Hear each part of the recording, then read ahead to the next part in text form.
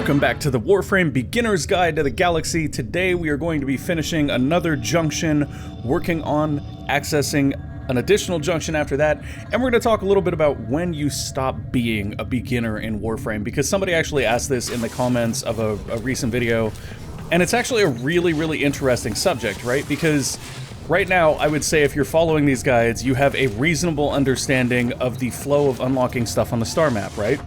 You're not a beginner of the star map. You understand, you do the things the junction needs, you do the junction. That's how you unlock the star map. You know enough to know how to use your Taxxon companion, maybe you've had a Helios companion by now. You know a little bit about relics. You're not really a beginner, you kind of understand the basics of how those work. And that's the thing about Warframe, is that it's a very interesting game that's been built in pieces over a very long time. So it kind of depends on the activity you're doing, right? Like, I've been playing for a while now, and there's a lot about Warframe that I understand, but I would say I am still a beginner when it comes to fighting the Exploiter Orb on Venus. Don't do that very often, still a beginner, not really great at it, to be 100% honest. Let's go ahead and hop into the Europa Junction here. So that's sort of the point, guys, is that as long as there's content you haven't done on Warframe, you're still kind of a beginner, right? And every time they release a new major content update, like Railjack was the last major content update, it added in new game mechanics, it added in new progression systems, new combat types, like all sorts of different things, right? So once again, you become a beginner. Now, I actually thought this was an interesting enough question that I popped into chat earlier today and was just asking people in chat what they thought about it. All right, let's see who this is. First of all, Ironskin, let's go. This is a Nova? Yeah, this is a Nova. I'm just gonna cheese her down with the, yeah. We should be able to cheese her down pretty easily with the Zorus here. The Zorus is extremely powerful. I've kind of been leaning on the Zorus a lot more lately. Yeah, look at that. Just easy. So there you go, guys. As a new player, get your Zorus so that you can wreck all the junctions. Anyways, we're gonna activate this so we get Europa. So I was asking in chat what people thought of when you stop being a beginner in Warframe, and one of the responses I got was comedic and kind of perfect, and it was, you're no longer a beginner when you only have to use the wiki once an hour. That's pretty much how you boil it down. I think that makes a lot of sense, even though it was meant for comedy value. That is actually pretty accurate. Like, if you don't need to look stuff up because you understand the way that it all works, probably not a beginner anymore. That being said, I still look stuff up, so I'm still a beginner, and as long as there's new content to do that I haven't done before, I will probably continue to be a beginner. So I would say the same thing will probably apply to you as you play through Warframe. So now we have completed the Europa Junction, we got access to a new blueprint and a couple new quests. One of those is the New Strange, which will continue our main quest. We're going to be doing that on probably the next episode. This episode, we're going to be working towards the Saturn Junction as well. To get through the Saturn Junction, you do have to complete the New Strange. Oh, okay, I got confused, guys. The New Strange is the one we already completed. I don't know why you unlocked the New Strange at the Europa Junction. Oh, okay, hold on. I remember this now. There are two different junctions that will unlock the New Strange. I believe it's Phobos? Is it Phobos? Maybe? There's two different junctions, I think, that unlock the New Strange, and we've already done it. So wait, what unlocked it then? Because it's weird that it's like, you unlocked it on Europa. Anyway, either way, the New Strange is unlocked by multiple different junctions. We've already completed it before we even got to the Europa Junction, which is why when we come over here to the Saturn Junction, it says complete quest, the New Strange is checked off. We do need to defeat Alad V at Themisto, which is right here. And then we also need to complete Ball on Europa. So we're gonna work our way towards Ball here. We have Morax, which is a mobile defense, 18 to 20. We're gonna go ahead and take that. Shouldn't be too tough. We'll just get through this real quick. My hope is that there's a capture mission along the way to make things a little bit faster, because the missions are the biggest slowdown in completing this stuff.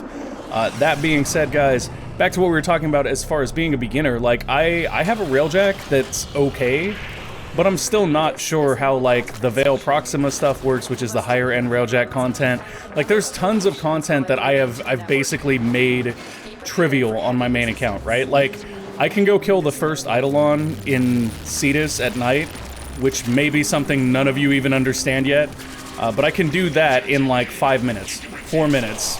So very quickly, very effortlessly, I can do that. I can effortlessly do a lot of content that used to be difficult for me, so much so that at times it makes that content no longer enjoyable because it's become that trivial to me.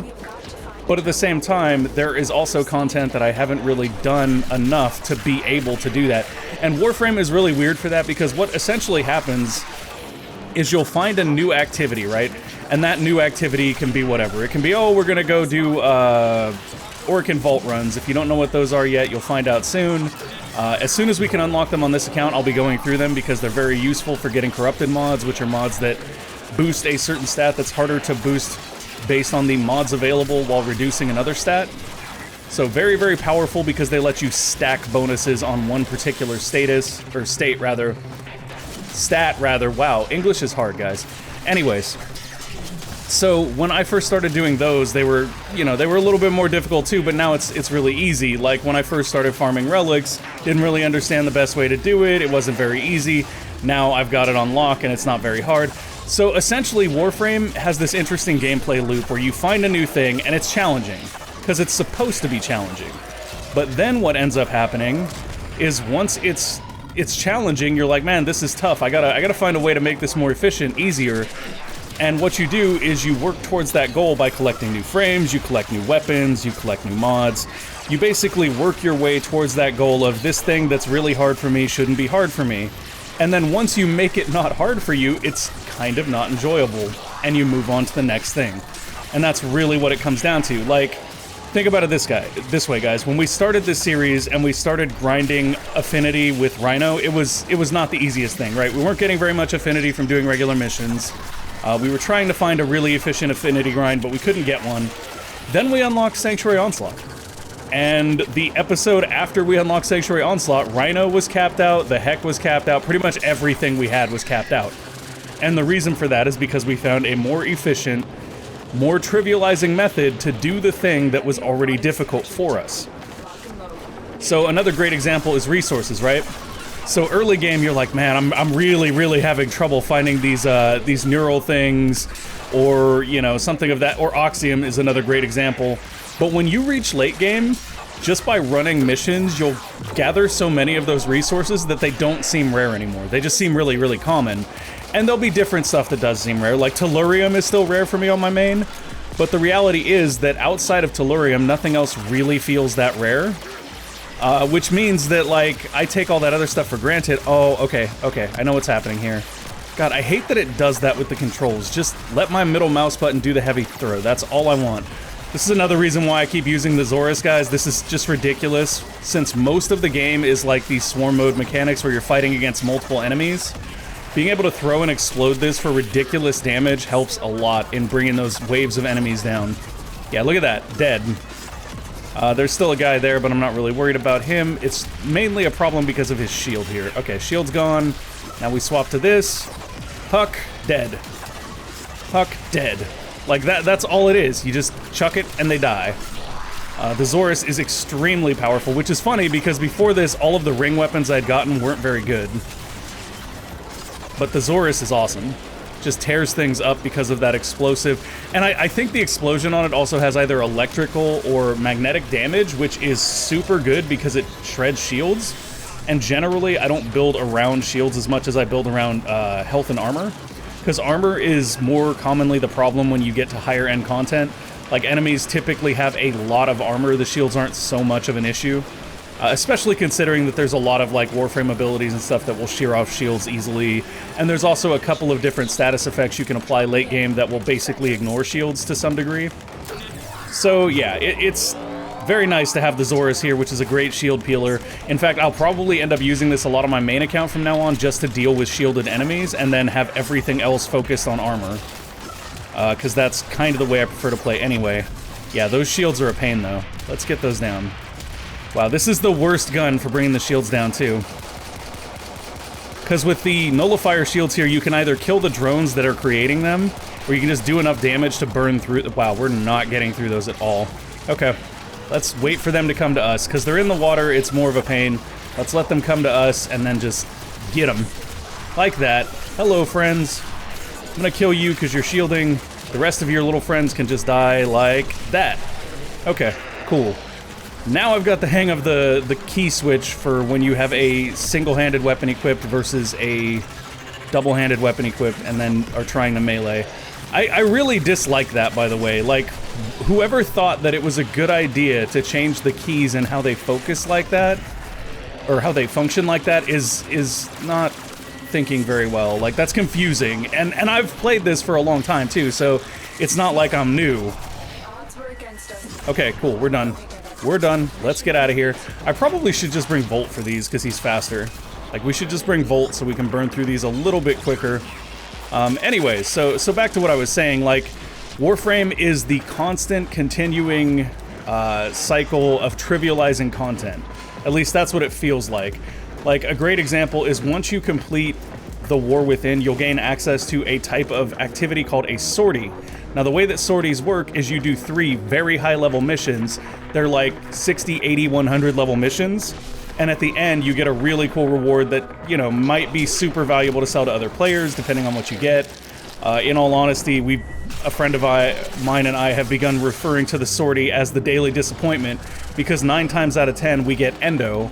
And I've already shown you guys why Endo isn't such a hard thing to get, right? Like, we do our weekly vault run for Endo, and then we're good. We don't really need a whole lot of Endo on top of that. I know that endgame, like, players seem to need an exorbitant amount of Endo, and I'm not sure why that is. Like, I haven't run into anything that required me to have so much Endo. I know Prime mods take a lot of Endo to cap out, but if you're doing your Maru's Bazaar weekly, then you'll store up enough Endo by the time you get a Prime mod to cap it out without any pressure or stress, in my experience. So from that perspective, like, I don't understand the need for additional Endo. I also don't focus too much on Riven mods. When I get Riven mods, guys, if you haven't seen them, they're these purple mods that you can only have a limited number of, and you have to do a little thing to unlock their bonus. But their bonuses can be super powerful. I just sell them, though. I sell them for plat to other players because they sell very quickly, and they make you good amounts of plat to keep buying new Warframe slots and stuff like that. And generally, I find the stats on them to be kind of overkill for most of the activities I'm doing. I think I have a Riven mod on this account, actually. I can show you guys real quick. Where are you, Riven? Did I sell it? Oh no, it says Riven capacity 1 out of 15 there, so I didn't sell it. There it is. Rifle Riven mod. Ooh, wow. Those sell really good. I could probably get maybe 30 to 40 plat for that, maybe 50, depending on the market at any given time. 50 plat, by the way, as much as we start the game with, so that would be really nice. I'm going to switch this back to public, and I'm also going to switch over to Volt here so that we can get through these missions just a little bit faster. Volt, where are you at? There we go. We'll switch the Lado off as well for our AK Broncos so that we can level those up as we go. I'm going to leave the Zorus on because the Zorus is basically a carry weapon at this point. And Osei is next. That is an interception with 1 open squad. Hopefully we get that squad. Interception's really hard without other people. Depending on the frames you bring, which is another thing. Like, oh man, interceptions are really hard. Well, I guess you just need to get a frame and a loadout that makes them not as hard. And that's basically the cycle in Warframe. And it's really weird because essentially your reward for completing the cycle is that activity is a lot less fun now. And I think that's why a lot of the higher level players end up getting kind of disillusioned with the content, or they get bored really quickly. It's because when, like, Railjack came out, for the people that were already done with everything else in the game, it probably took them almost no time to, like, figure it out, to master it. They were probably the first ones to get through with it. And once you trivialize it, the content's not fun anymore, right? So, like, what do you do? What do you do? There's no more challenge. So now we've got hard mode coming, and I had somebody ask me whether I thought hard mode was going to make the game difficult for new players, or put new players at a disadvantage, and I think that's absolutely not going to happen. Like, in my mind, that doesn't even make a whole lot of sense, and the main reason why is because the hard mode is essentially for people that are already at end content, and it doesn't reward anything substantially powerful. What it rewards instead, from my understanding, is like cosmetics, and you only get those cosmetics when you complete an entire planet. Not one node, not 2, the entire planet. And it takes time to do that, from my understanding, so I don't think it's really going to have any effect on new players at all.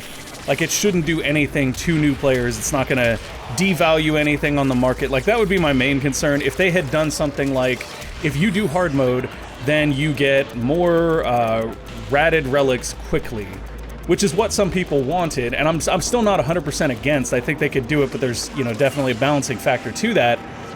So anyways, if they had done that, it would actually affect new players in a negative way, maybe. And the reason for that is because a lot of new players make plat by cracking ratted relics and selling rare parts, which is a really good way to make creds if you need them. So if they had changed things so that players could basically crack rad relics faster, I'm gonna go ahead and drop a Clem clone here to help us defend this point. I'm actually gonna tell him to stay here, which you can do by walking up to him and hitting X. Stay here. Keep fighting there, Clem. I'm gonna go get this other point.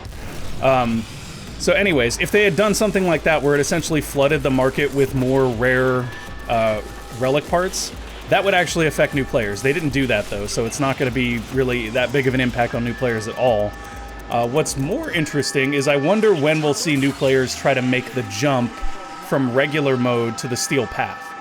Because I wouldn't be surprised if some people tried to rush that jump. I don't know that that's a good idea. I think that you might run into some serious trouble if you did do that. But at the same time, who knows? Maybe you get comfortable enough with the game, you get comfortable enough with your mechanics, you have the right frame loadout to do it. I think more interestingly, what'll happen with Steel Path for new players is that there will be like a new player build. It'll be like, what is the lowest, you know, tier frame / weapon that I can get into in order to be able to do Steel Path content. That's what people will wonder. And from what I'm hearing, I'm reasonably sure I already know what that's gonna be, but I guess time will tell. My advice to new players who have interest in the Steel Path at this point would be make sure that you are looking into how to obtain Octavia. Octavia, for the longest time, has been a frame that has performed exemplary in many different cases, but people don't play because mechanically they don't enjoy her style, because her style mechanically is basically you just play as a Warframe and then you drop a thing that makes music and kills stuff. Which is fine by me, like I enjoy that, but that's because I enjoy just the general gameplay of Warframe. Like if you just want to drop your abilities and then run around shooty stabby, Octavia's great. Octavia was basically one of my mains for a very long time on my main account, and the reason for that was because I just enjoyed her music making component. Like I thought that was really fun. I still do. I think she's one of the most unique and entertaining frames in the game right now, and I think that if you gather her, you're not going to regret it, because there's a couple different things you can do with her that are very powerful.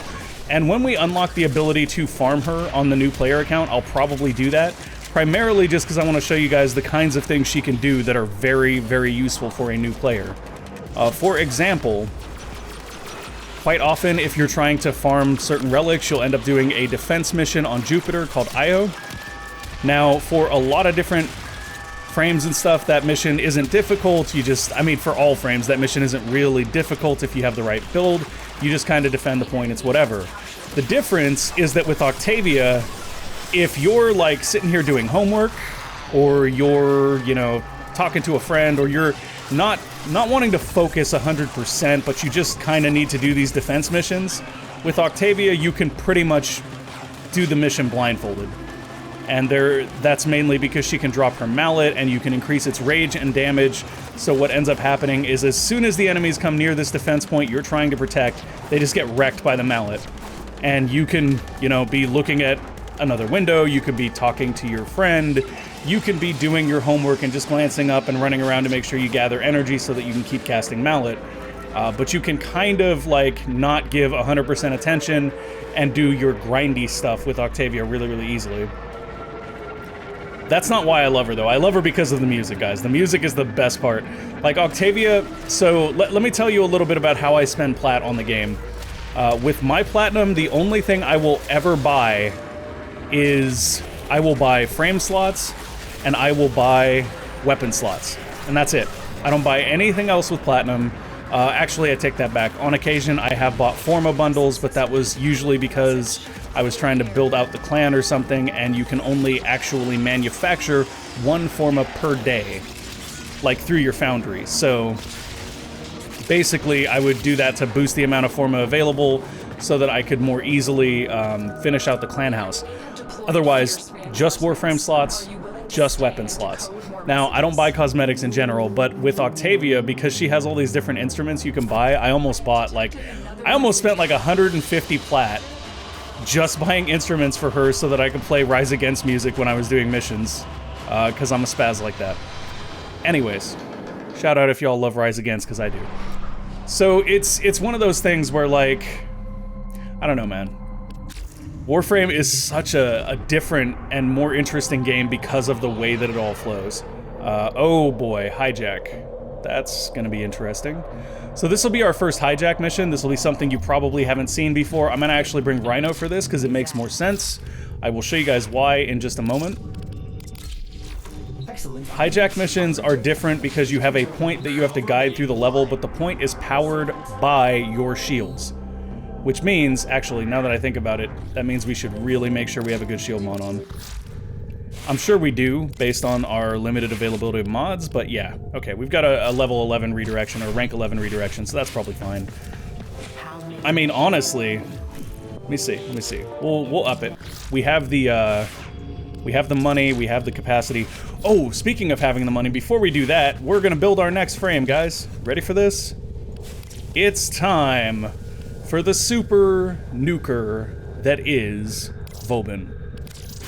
Like, we legitimately can airstrike, call in a nuke with Vauban. It's super fun.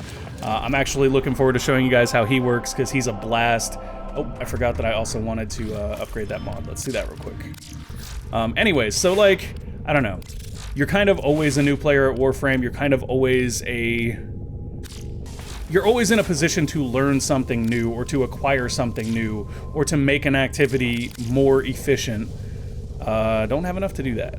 Is that why I left it? That's why I left it there, because after that the prices get too exorbitant. You don't really need to take anything over, like, what is that, rank 7 early on? Because the price jump between rank 7 and rank 8 on Endo and credits is insane. It's a lot easier to accommodate that jump when you're higher level. Alright, let's jump into the hijack. So the way that hijack missions work is oh, I already told you guys this. There's a point, it saps your shields, and you have to defend it while it moves through, while your shields are being sapped. The reason we took Rhino is because if our shields get sapped and we iron skin, it means nothing. So let's go do that. And we don't have anybody with us, so this is just gonna be us. That's fine. I'm sure we'll be okay here. I don't really anticipate there being any complications on this run, primarily just because, like I said, we got Rhino, we're gonna iron skin, we're gonna ignore all the things and be just fine. I'm honestly not even gonna fight these dudes on the way to the thing, because there's no point. I probably could have brought a better weapon than the Heck for this, primarily just because of the fire rate issues that the Heck has. We know that the Heck runs out of ammo and then has to reload, which means that dispatching enemies quickly can be a bit of a problem, but we do have the Zorus as a backup, so I think we'll be fine. So we hit that switch, and here is the cart, and if you look, you can see right up top, it's draining our shields right now. So what we want to be doing is we want to be killing all the enemies as this moves forward, but staying close enough to it to keep powering it, because if it's not powered, it will not move forward. Actually, the Zorus might be very useful for this now that I think about it, because normally the hardest thing here is wiping out groups of enemies fast enough, and the Zorus is going to do that just fine. Our shields are down to about 350, so we're going to have to jump off of here and just defend the point when our shield empties out. Oh no, we got ran over. That can happen too, so be careful about that. So basically, what we have to watch out for here is when our shields empty, because when they empty, we have to jump off of this for a moment and let them recharge, or it won't keep rolling.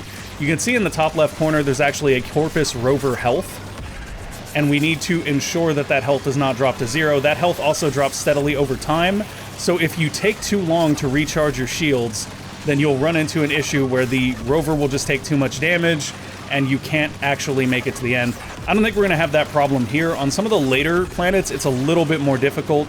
Another frame that does exceptionally well at this is Inaros, and the reason he does well is because he doesn't actually have shields. So due to his lack of shields, he actually powers the Rover using health. Okay, so Iron Skin here, and then just take everybody out. In fact, we might just stomp. Yep, we'll just stomp to kill everyone. Give ourselves a second to recharge our shield. It's already back at max, and let's go. That was moving. Did you see that, guys? It actually was moving backwards because we were off of it for too long. So you have to be cognizant of all of that stuff when you're doing these hijack missions. This is going to be a little bit tougher because of the shield guy here being a pain. We're just going to kill him off first, and that'll put us in a good position to kill all his little friends. There we go. May not have killed them, but we certainly damaged most of them significantly. Alright, that works. And the Zorus, like, you guys can see how powerful the Zorus is, right? Like, this is nuts. I'm literally just taking out waves of enemies with the Zorus. This is probably the easiest I've ever had for a solo hijack mission, if I'm being honest. And we're almost at the end here, but we ran out of juice. So now we gotta hop off. We gotta make sure that we are killing these guys so that they do not kill the rover, and then we can come back to the rover. Beautiful. Keep moving. We have plenty of health here. There's almost no way we fail this at this point. We have plenty of health. I think the only times I've failed these, though, is on, like, Nightmare mode, because the enemies are stronger, and then they just burn down the rover really, really quickly. It also kind of depends on your shield capacity, though. The fact that we have, like, pretty high shield capacity here, and we don't actually need that shield capacity to stay alive, is extremely significant. There we go. This is the exit right here. Keep up, boys. Let's go. You can see we're taking a little bit of damage here, and that's the thing, is those shots also lower your shield, so having your melee weapon out so that you can parry shots is actually beneficial for a couple of reasons. Oh my gosh, are you kidding me right now? You guys see that, right? It stopped just a hair before being done. As soon as our shields are up, though, we can get back on here and finish this. Y'all can just go away. Go away. There we go. And we're out. Simple as that. So what is our reward for this one? Field Run Sample, Rubido, and Endo. Seems fine. A little bit of credits there too, which is nice, just gaining those over time. 4, 3, 2, 1. I wish you didn't have to wait through this. I wish you could just... Okay, I'm done. Take me back to the ship. I have other things to do now. Alright, we do not want to repeat that mission because that would be silly. We did unlock the Limbo Theorem at that last junction. If you want to unlock a really, really good frame that will also help you through a lot of content, Limbo is a great one for it. I didn't even look at what mission type Ball is. It is Exterminate. Okay, so this might take a little bit longer, but we do have another person with us, so it could be a little... about the same, probably about 5 minutes to finish. That being said, the Limbo Theorem. It's a fairly long quest chain, but if you go through it and you complete it, the Limbo frame that you unlock from it is extremely, extremely powerful in a couple of different ways that are actually hyper-relevant for new players. He allows you to make a lot of content that would be more difficult a lot easier. Like, you can complete higher level capture missions with him without needing to have as good of a mod setup, because he's able to do this thing where he switches into the void. Like, he literally goes into a different... I guess it's dimension, and only enemies that you have pulled into that dimension with you can hit you. So essentially you become invulnerable. You can do spy missions with him as long as there's not cameras or you avoid them, because you don't take damage from enemies shooting at you or anything. It's just incredibly powerful overall. Like, Limbo is just so good. Ow. Hey, guess what? I'm trying to scan this thing and you're being a problem. Summaccord. Okay, we got a Summaccord there. New enemies are landing right now, which is great. What we'd like to do is get them all grouped up and then hit them with the Zorus for a whole bunch of eliminations. Alright, get these guys. I mean, honestly, extermination gets to be kind of a chore at some point. Like, when you're not really threatened by the enemies anymore, which is where we're at right now, it's really just kind of a chore. You just kill them real quick. There are, like I said though, Warframe is all about making things more trivial, right? So if I wanted to make this even more trivial, I would bring Octavia. I would bring Octavia, or I would bring Saren, or I would bring Mesa. All three of those frames will make extermination missions extremely trivial. Octavia will drop her rollerball and her mallet, and it will just eliminate large swaths of enemies. Saren will poison them all, or give them all toxin, and they will die relatively quickly and spread the toxin to other enemies, which causes even more enemies to die even more quickly, so on and so forth. And then the final one that I named there, Mesa. Mesa is different in a sense, but she will still... What the... Why is it giving us... It's giving us the extraction symbol, but we've only done 42 out of 86 enemies, so I'm confused by this, like a lot. And the waypoint seems to be really off. This is actually something people have been talking about lately, is that the waypoint system is really, really messed up right now. Like, it's just not... Nobody knows you're here. What? That was super weird. She just said nobody knows you're here, which is usually like something she'll say towards the beginning of a mission. I don't know, man. I don't know. So anyways, if the waypoints are giving you trouble, know that it is something that has been brought to DE's attention. Hopefully we'll get a fix for that soon, because right now they are incredibly inaccurate. Anyways, Mesa is a blast. Mesa is a blast. Mesa is basically like, have you ever seen Overwatch and McCree's ult? Mesa is McCree's ult, only she also has another part to her kit that gives her armor. Like, Mesa's just good. Mesa's just a really solid damage frame. Honestly, if I was just trying to have fun and complete an extermination, I bet you Grendel would do it pretty well as far as speed goes, because he can eat enemies and then use them to kill other enemies, which would probably speed up the process of killing enemies quickly. All right, we're done. We have completed Ball, which means that we should have unlocked all but one of the things for our next junction, which is to go kill Olid V on Themisto. So we're gonna go do that real quick. Once, of course, we reach extraction here. I'm probably not going to the extraction the correct way, but it's Warframe, so the correct way is whatever way you can get there. Okay, we're there now. Yeah, I mean, as far as the new player account goes, I've gotten so busy I haven't had a lot of time to farm on this account, so we've really only got Volt and Rhino. Soon we'll have Vauban, but like that's kind of the thing. You guys don't get to see a lot of the efficiency progression. I'm sure you guys are experiencing that on your own though. So definitely note what you're doing, because that's what you're going to be doing for the majority of Warframe, is you're going to be trying to find ways to make things more efficient. Gara for me was another great efficiency booster. Sadly, I don't have her on this account yet. I would love to show you guys how awesome she can be. So now we have access to another part of the Void. These are some slightly higher Void missions. No, I'm good. You can do Ball over and over again if you want. I'm out the squad though. Do be careful of that. People will try to drag you into missions because they figure, oh, we'll just keep going. Nope, I'm out. I do need to get Themisto done here, so we're gonna see how Olid V goes. Oh, and then like there's also like some really interesting content towards the later stages of the game. There is, for example, like the Index, which is a great way to make money, but it's also kind of like a sporting event you can play on your Warframes, which is cool. There is another like combat arena that's unlocked way further in the star map, and I love that one. Like, I had a lot of fun with that, even though I was just doing it to finish my star map nodes so that I could unlock arbitrations. Arbitrations are another bit of content you'll be able to do later on that allow you to gain, you know, specific rewards for them. They're just super high level missions that you kind of go into with a team and you try to stick around for as long as you can to get the most reward from.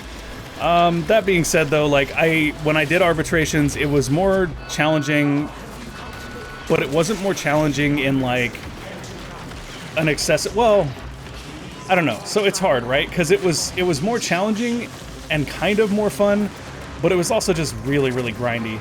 Like, it's that thing of like, oh yes, this is more challenging because everything has a lot more health and does a lot more damage, but the actual gameplay of it hasn't changed much.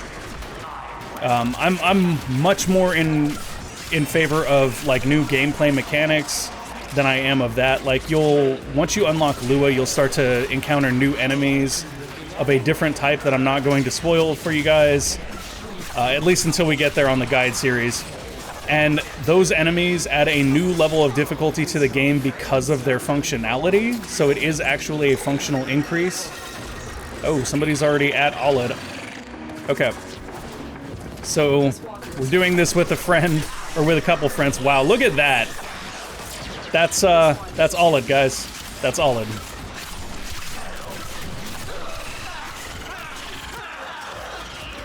Well, and even though we did this with friends, you guys saw that. That was literally just the Zorus killing him almost instantly.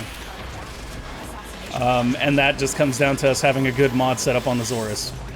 Now, if I had come in here with a bad mod setup on the Zorus, or I didn't understand how the mods worked and things, that would have been much, much more difficult. I'm sure. But that was super trivial already. We may also kind of be over... I mean, I don't know. How do you get over leveled for an area in Warframe? I guess. What level are the enemies here? Can we get one of the enemies to come over so I can see? I think this was like 20-ish, and I guess we're rank 30, so we are kind of over level for it. So we got Valkyr and Neuroptics from that. We could get the rest of the Valkyr parts by farming this boss, just like other bosses. I did 73% of the team's damage. Hoo-wah! And we did that in 2 minutes and 30 seconds. That's what I'm talking about. I had top kills, top damage, and top melee kills. Upgrades received. I picked up more things than everyone else too. Nice. Your actions have consequences. Bring it! Bring it, Shadow Stalker! Come at me so I can kill you and get Dread and show everybody an awesome weapon for their early game experience. So now we should have access to the Saturn Junction, which I'm going to go ahead and jump into right here. Say single player mission. Sounds good. Hi, BB. Your drink is in the microwave. All right. Whoa, what did I do? Okay, I skipped the cinematic and the game wasn't happy. Let's go ahead and open this, and of course we'll wait until we're getting hit to hit our Iron Skin here. Have some Iron Skin. That is an Ember. I'm still reasonably sure we're just gonna thrash her with the Zorus here. Wow. Just wow. You guys see what I mean though, right? Like, we did some junctions earlier on that were really tense, right? Like, we had to like jump around and put up our Volt Wall and like shoot them through the Volt Wall, and now we literally just wipe everything out with the Zorus in like half a second. And on to the next content. Or on to the next planet, rather. It's just crazy, right? Like, it's crazy. Those of you that have followed this series can testify to how different that was than, say, the last junction we did before this episode. And that's kind of the problem, I think, is that sometimes some of the weapons are a little bit, like, too strong, especially for how you can obtain them and how you can utilize them. Like, it's crazy to me that the Zorus is just decimating all of these enemies. And the worst part is, we don't even have things on the Zorus that would make it kind of busted. Like, there are mods that would make the Zorus absolutely insane, right? There's a mod called Blood Rush I've told you guys about, and what that one does is the higher your combo count gets, the more critical chance you have with that, you know, with the weapon. So the Zorus's thing is it has an infinite combo chance. Oh, by the way, I should mention this, guys. They did nerf the Zorus working with pseudo-exalted weapons on frames, so it's no longer OP for, like, Atlas or anyone like that. However, it is still kind of OP on its own. Like, that's what's silly about it, right? Is that even though that's the case, on its own, the fact that it has an unlimited combo counter and that you can put Blood Rush on it means that you can have an unlimited crit chance. Like, I don't know, man. It seems really strong to give people this early on in the game. So now we have unlocked Saturn.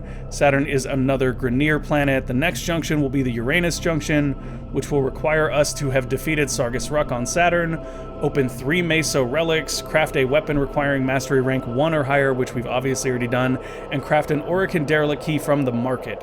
Okay, that's actually awesome. So if we have access to Orokin Derelict keys, that's awesome. That's something we're going to look at right now. So let's go Orokin Derelict. Whoa, what was that? Orokin. Oh, okay, that's the Orokin color palette. I always keep an eye out with color palettes because whenever there's a holiday or something, they will release a color palette. In fact, I wonder if there's a 4th of July color palette.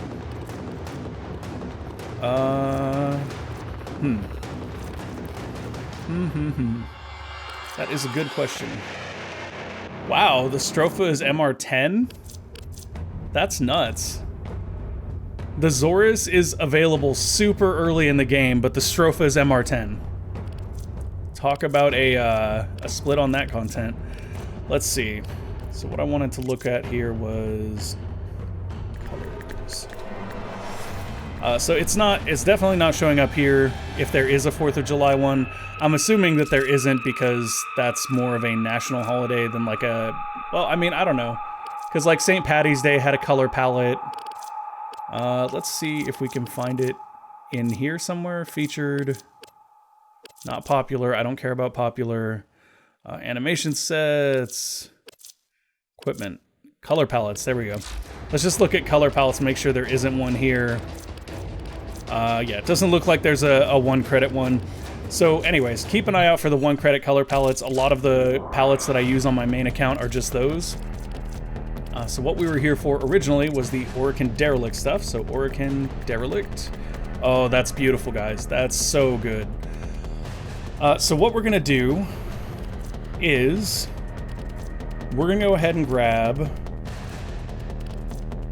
Is this a thing right now? I didn't know that was a thing.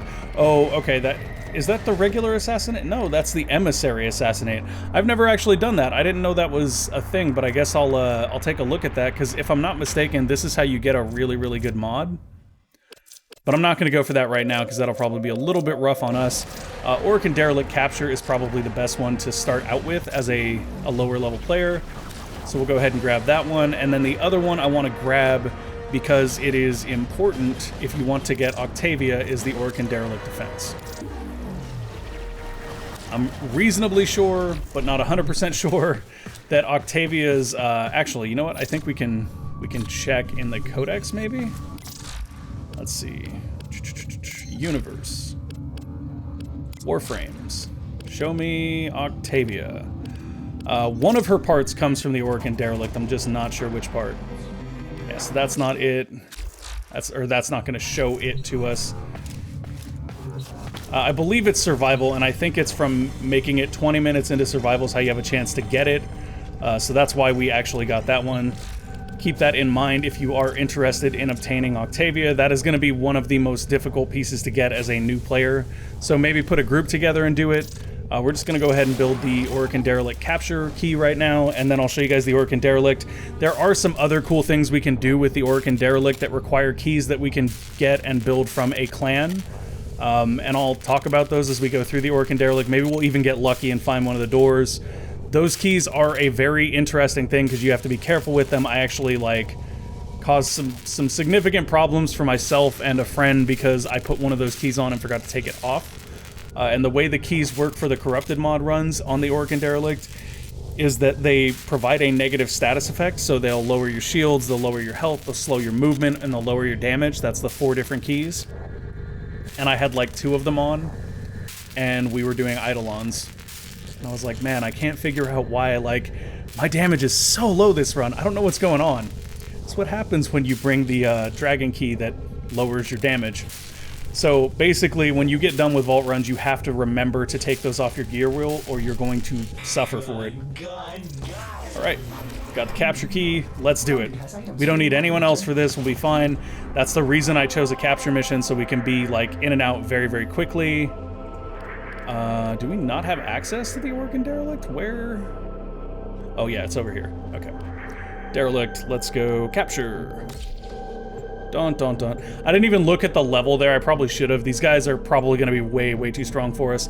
But I'm going to throw on Iron Skin and just bolt through the level and look for the capture target and then get out. We have plenty of damage between the Zorus and the Heck to bring down one target and be done with it, so we're going to do that. Find our target and bring them to the extraction point. Oh, he's only like 155 meters from us. So this is a really cool tile set, the Derelict is. It's like destroyed Orokin tile set. These guys are level 27, so they're not super, super high level, but they're high enough to give you trouble if you're not prepared. Hi there.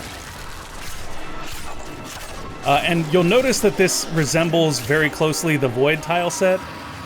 There are treasure rooms in the Orokin Derelict as well, but in my experience, the treasure rooms in the Orokin Derelict don't seem to contain much that's incredibly useful. What the? Oh boy. Juggernauts are no fun. Juggernauts are no fun. We don't really want to run into one of those, so we're just going to kind of move now. But this is actually one of the hallways that you can sometimes find an Orokin vault in. Doesn't look like that was one right there. Kind of just looking around in case I do see a vault door. Also, hey, look at that.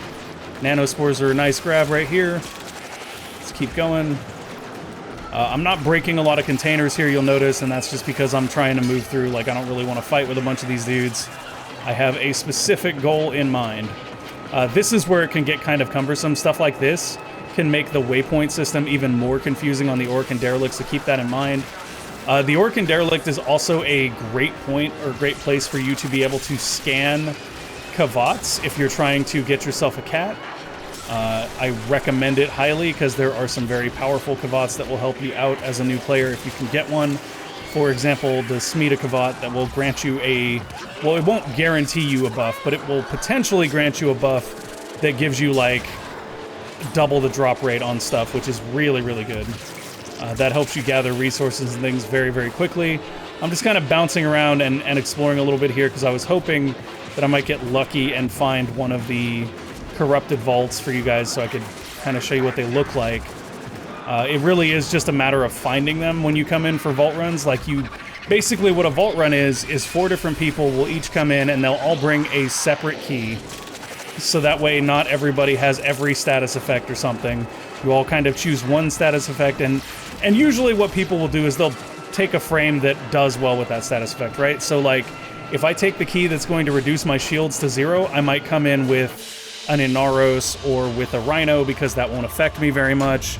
You know, vice versa. Somebody else who's going to come in with a support frame and not be doing a lot of damage might take the Frail Dragon Key, which will reduce the damage. So there's a bunch of different, like, ways that you can do that. Now, the real pro play is to do all 4 Dragon Keys on your own. And one of the easiest ways to do that, in my opinion, is to do the capture mission on the Derelict and bring Limbo, which is why I say getting Limbo is very, very good as a new player. I was fortunate enough to get Limbo as a Prime back when he was available. He's not currently available as a Prime, though, so if you want him, you will have to do the Limbo Theorem mission chain to get him.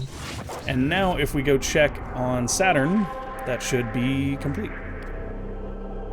Yep, so the only thing we need to do now is open 3 Meso Void Relics, so I might go ahead and do that. Let's see, what do we have available for Meso? We've got a mobile defense here. Do I actually have a Meso Relic yet? I do, I've got a couple, this is nice. So I will not be able to upgrade these, so I kind of want to look for stuff that has parts that I want in the lower rarity slots. So I think what I'm going to go for here, based on what we're seeing so far... Yeah. Based on what we're seeing so far, the only 2 real options that have good stuff in common is Chroma and Ivara. The Ivara one also has Mesa pieces in it and the potential for a rare Chroma piece, so I'm going to go with this. We only have 1 of these, though, which is kind of sad, because it means if we don't get anything good, we don't get anything good.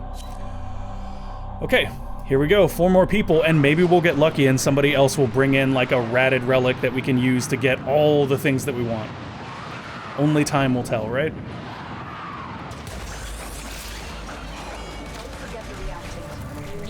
Oh, wow. Okay. We have got to gather reactant quickly because it looks like everybody else has kind of already been in here for a moment. Reactant can be difficult to find. You want to stay with your group, basically, because if you splinter off on your own, there's a very real chance that a bunch of reactant will drop with the rest of your group and you will not have access to it. And what can happen is you can reach the end without having collected 10 reactant, and if that happens, then it doesn't penalize anyone else. It just makes it so that, well, I mean, it does penalize any other people because you don't open your relic, and then they'll probably leave because you didn't open the relic, which was kind of the agreement you made with them when you decided to do this with a group. But more importantly, you won't get anything. You won't be able to select from their stuff. You won't get anything at all. You won't even get Void Traces, because Void Traces are actually awarded when you reach 10 Echoes.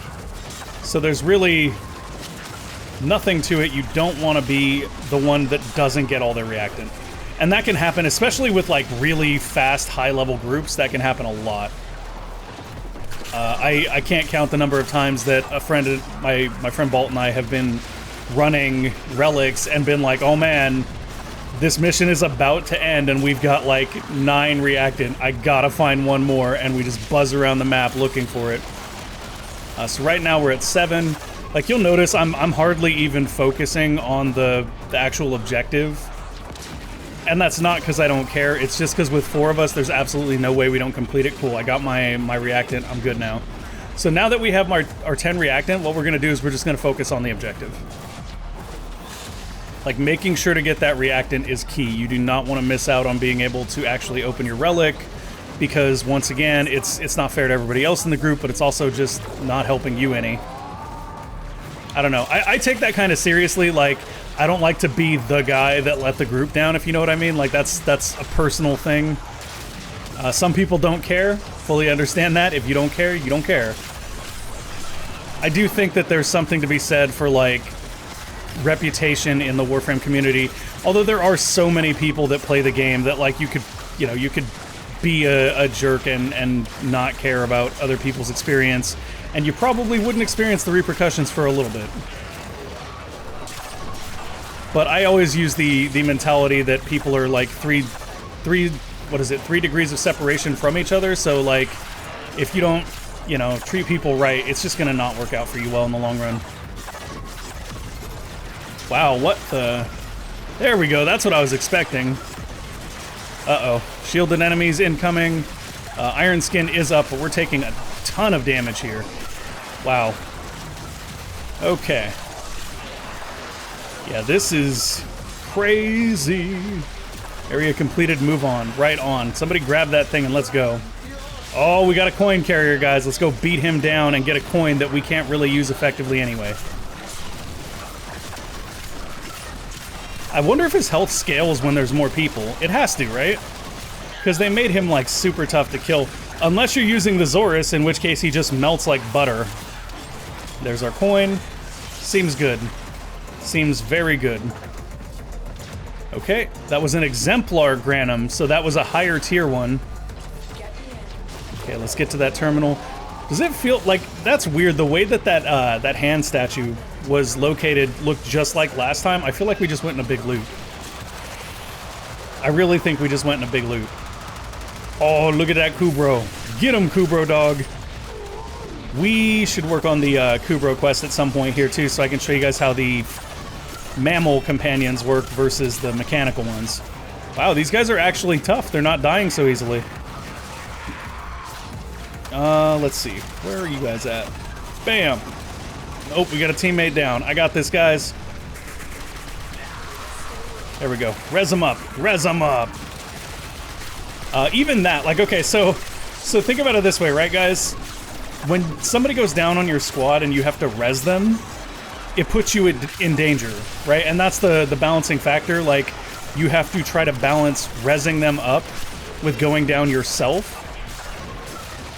But even that, at a certain point in the game, becomes completely trivialized because there is a functionality that you unlock that allows you to basically res people completely safe with no risk whatsoever. And it's kind of sad because it, like, takes away that tension. And that tension, understandably, that tension can frustrate people, but it can also be extremely enjoyable, right? Like, that tension is what keeps you engaged in the game. At least for me it is. So when you basically remove all that tension and there is no, like, challenge at all anymore to it, it sometimes takes the fun out of it. It sometimes just takes the fun out of it, which is unfortunate. Okay, we need to wait 1 minute or for the rest of our team to get here. There are a lot of dudes coming. Zorus, away! What is it hitting that it's coming back so quickly? Oh, I think it's hitting that drone.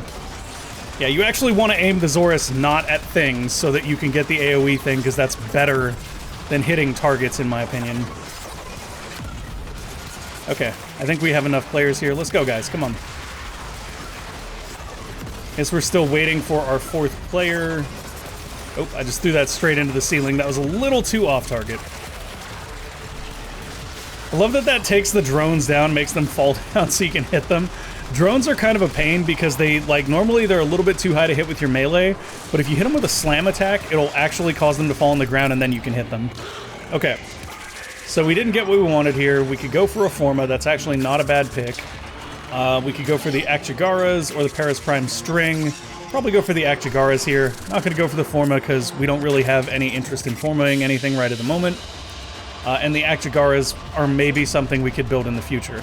But as you see, we went in expecting maybe one of 3 possible commons there, and instead we got the uncommon Forma, and everybody else got commons we didn't want. So sometimes you win, sometimes you lose. We did get an Exemplar Granum Crown out of that, though, which is nice.